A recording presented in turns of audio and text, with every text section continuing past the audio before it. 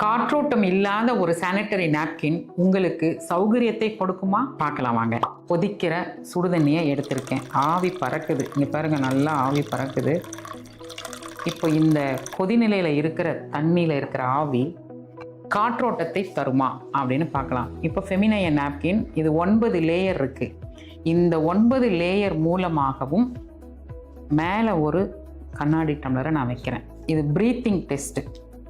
இப்போது மேலே இருக்கிற கண்ணாடி டம்ளரில் நீங்கள் ஒரு 5 நிமிடம் கழித்து பார்த்தோம் அப்படின்னா இந்த நீராவி, இந்த கொதிநிலையில் இருக்கிற இந்த நீராவி அப்படியே அந்த 9 லேயர் மூலமாக ப்ரீத்திங் நடக்கும்.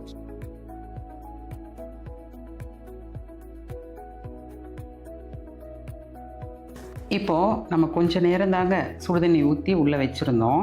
இப்போ இந்த நீராவி இங்கே மேலே கண்ணாடி டம்ளர் வழியாக நமக்கு ஃபார்ம் ஆகிருக்கிறத பார்க்க முடியுது இல்லைங்களா? இந்த மாதிரியான ஒரு குவாலிட்டியான ஒரு சானிட்டரி நாப்கின் தான் நமக்கு சஃபகேஷன் இருக்காது, மூட் அவுட் இருக்காதுங்க.